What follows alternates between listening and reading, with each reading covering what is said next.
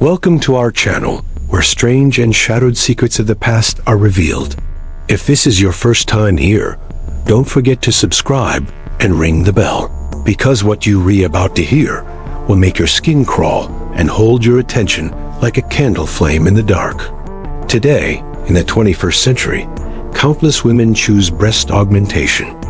Surgeons promise confidence, curves are celebrated, and society rewards the image of fullness as the essence of allure.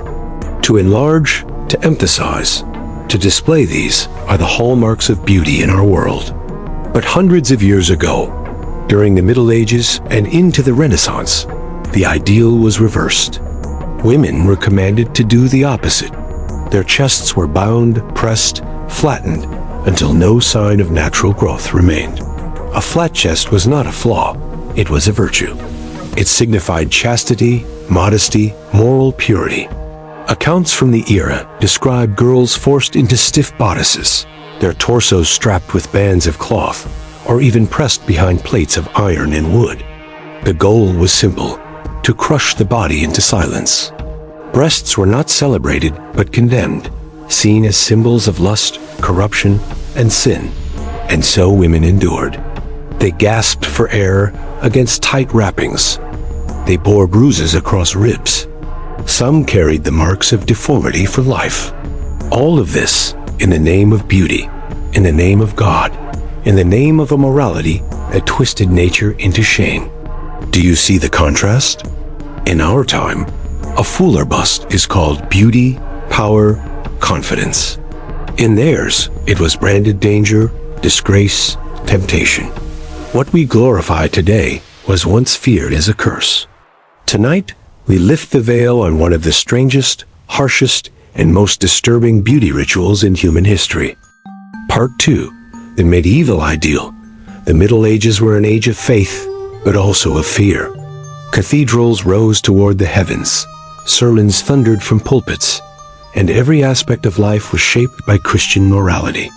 And within that morality, the female body was watched with suspicion.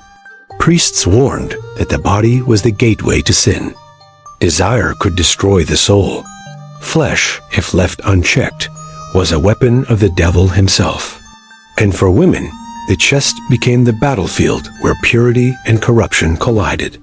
A generous bust was not seen as natural beauty. It was seen as a mark of lust. It was whispered that a woman with prominent breasts was dangerous, indecent, even cursed. Parents feared gossip. Families feared scandal. And so they acted, forcing their daughters into bindings that crushed nature beneath layers of fabric and steel. The social pressure was immense. A girl who allowed her chest to grow naturally risked being branded immoral. Suitors might turn away. Neighbors might whisper. In noble courts, whispers were worse than daggers. Reputation was everything. And a flat figure became the proof of innocence.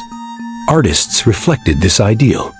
In portraits of noblewomen, the chest vanishes beneath stiff bodices. The eyes are modestly lowered, the hands folded, the figure serene and restrained. Beauty was defined not by what was present, but by what was absent. To flatten the chest was not simply fashion, it was obedience. It was a sign that a daughter was disciplined, modest, virtuous. Parents pointed to their daughters' straight silhouettes as proof that they had raised them well. The bindings were not seen as cruelty, but as protection. Protection from lust. Protection from temptation. Protection from scandal. But protection had a price. Behind every calm painted face was a young girl gasping for air. Behind every flat silhouette was a body aching, ribs straining, skin rubbed raw. What we see today as elegance was, for them, endurance. And so, in the name of purity, the female body was erased. In the name of morality, beauty was bound. And in the name of faith, suffering was sanctified. Step into a medieval chamber, and you will not find perfumes or powders, but instruments of control. On the table lies linen, folded into strips. Beside it, a bodice of stiffened fabric, heavy with stitching, sometimes reinforced with wood, whalebone. even thin sheets of hammered metal. These were not garments of beauty. They were tools of erasure. The ritual began young. Girls, sometimes as early as 12, stood before their mothers. The first strip of linen was wrapped around the chest, then tightened. A second strip followed, then a third, until the chest was pressed flat. The goal was simple: deny the body its natural growth. The bodice came next. Unlike the corsets of the 19th century, which pushed the bust upward, these garments did the opposite. They were cut high, pressed flat, and designed to erase every curve. A girl bound in such clothing could barely inhale fully. Her shoulders hunched, her ribs ached, her breath came shallow. In stricter households, more severe methods were used. Metal plates were placed against the chest and strapped tight. The hard surface forced the flesh inward, flattening any sign of development. Night brought no relief. Some girls were told to sleep in their bindings, their bodies denied rest. Linen cut into the skin. Plates bruised the sternum. Dreams came shallow, interrupted by pain. The body protested. Ribs bent, spines curved. Growth was stunted. Doctors of the time sometimes noted fainting fits, weakness, or difficulty breathing. But society turned a blind eye. Pale skin, a delicate voice, a frail figure, these were praised as signs of elegance, of refinement, of virtue. What was illness became fashion. What was suffering became proof of purity. Imagine the silence of those nights.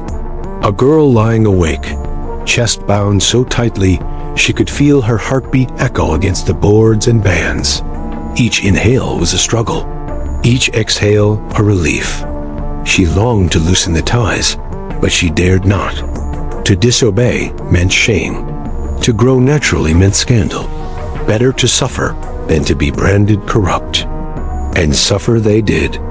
The bindings left scars, marks on skin, marks on bone, marks on the spirit. Some women carried the damage for life. Their bodies bore the memory of a society that feared the very shape of their flesh. This was not beauty. This was discipline disguised as elegance.